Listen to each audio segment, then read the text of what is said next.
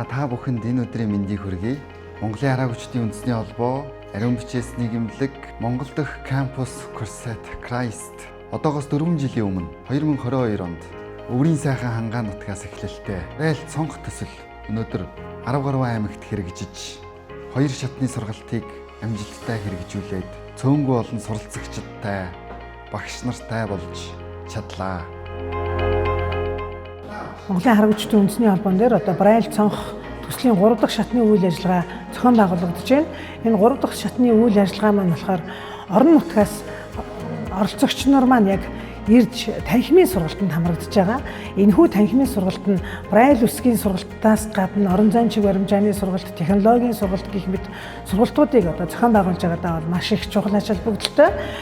6 сарын 15-наас 29-ний хооронд 14 хоногийн хугацаанд өмнөх 2 шаттай адилхан хугацаанд үргэлжилсэн. За энэ сургалтанд маань Сүхбаатар, Дорнод, Төв аймаг, Орхон аймаг, Хинтээ аймгийн 1-2 дугаар шатанд суралцж байсан суралцагчид ирж суралцж байгаа. За суралцагчид маань хөдөө орон нутгаас ирж байгаа учраас мэргэжлийн боловсролын сургуулийн дотор байранд байрлаж одоо нэгсэндээ хагас вакуум сургалт шиг явагдаж байгаа учраас сургалтын үр дүн бол илүү сайн байна гэж үзэж байна. Компьютерийн анхан шатны сургалтыг болж байгаа гэсэн. Энэ сургалтаараа хааны бэрхшээлтэй хүмүүс компьютертэй хэрхэн ажилладаг, дэлгэх цумшигч програм гэж юу гэдэг. За энэ програмыг ашиглаад харааны бэрхшээлтэй хүмүүс компьютертэй яг юу хийж босхыг гэдгийг одоо анханаас нь зааж байгаа гэсэн. Хараагүй хүмүүс ч юм уу одоо нөгөө кибордыг л зөвхөн ашиглаж ерөнхийдөө яадаг. Маусыг бол ашиглахгүй. Одоо нөгөө яадаг програмаар, дэлгэх цумшигч програмаар сонсоод тэгээд кибордн дээр ажиллаад интернет руу орох, тэгээд одоо Gmail-ээр те орондоо харилцах гэдэг юм ингээл анхааснаас нь ахвал одоо бүхэл хичээлийг үзэж байна. Хөдөлгөөн орон зай баримжааны хичээл гэдэг маань харааны бэрхшээлтэй хүн цагаан таяг ашиглаад бие даан гадуур зорчих ур чадварыг олгодог хичээл байгаа.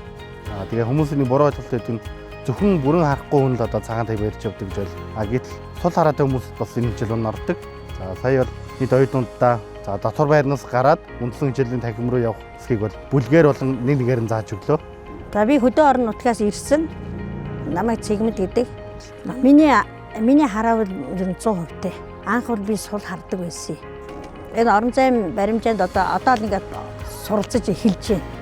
Энэ таяга барьж сурлаа. Таяга ингээд их зонгийн урдаа бариад тэгээд ингэж догших баруун зүүн гэдэг ингэж догшдөг юм бай. Догшиж сурлаа.